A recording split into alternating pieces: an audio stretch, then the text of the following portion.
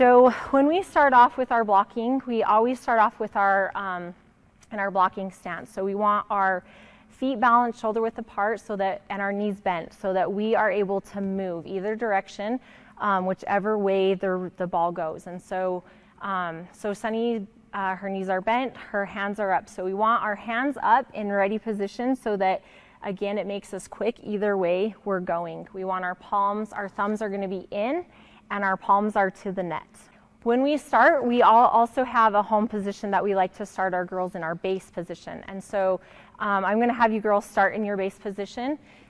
The reason why we pull them in, it helps so much with if we have to go in and block in the middle, but it also helps with going out, so they can get out together, or they can come in together. And we always, after blocking, we always bring them back to their base as quickly as we can.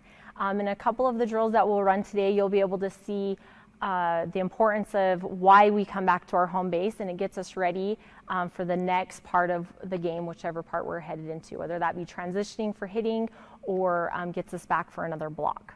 So the other thing that we like to focus on with our blocking, we work a lot with our footwork, precise hands, and our core and strength. And so in each drill I'm going to mention those, and they'll be kind of a focus point for the drill and what we're trying to achieve with blocking. So our first drill that we do daily, we call this our partner blocking drill.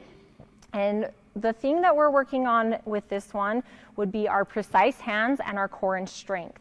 We want to make sure that when we are blocking, that we are pressing when we go up for that ball, and we are cutting that ball off at the net, so that we have a good solid wall that we're putting up when we're blocking.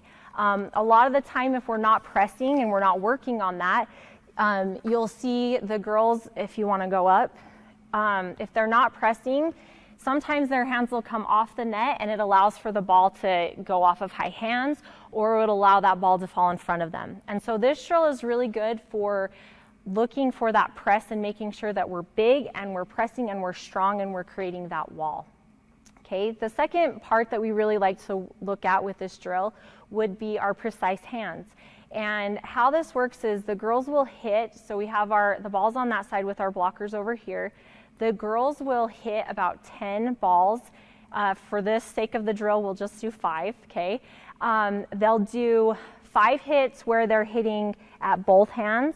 So the ball will come in, they have to get a touch with 2 hands. After those 5, they'll go where they're touching, and their focus is still coming up with 2, but they're focusing on the right hand for 5 touches, and then we focus on the left hand. And what that does is that allows them to see that ball with their hands, and it gives them those touches, so that when they're doing live blocking, if they maybe come over a little bit too far, they know to find that ball with their hands. Okay, so when Sunny did that, her press was great. It went straight down. That's exactly what we're looking for. Cam did the same thing. Okay.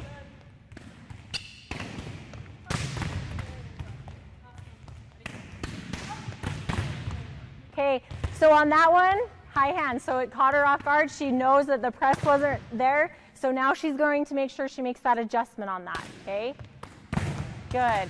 It also helps them work with their timing, so that they can time that ball so that they can get up on it. Okay. For the drill, we like to switch them out. They'll do their 5 with the 2 touches, and then they'll switch out to give a break. They'll go to their 2 touches with the other partner, and then they'll switch back and go left hand, right hand. Okay. So I don't know if we caught Camber in that shot.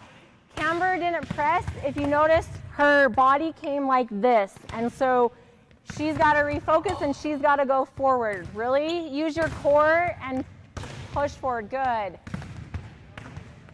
So this is something that we like to do daily. This is probably one of the most effective blocking drills that we've done in our gym that helps with putting that ball away like an elimination block.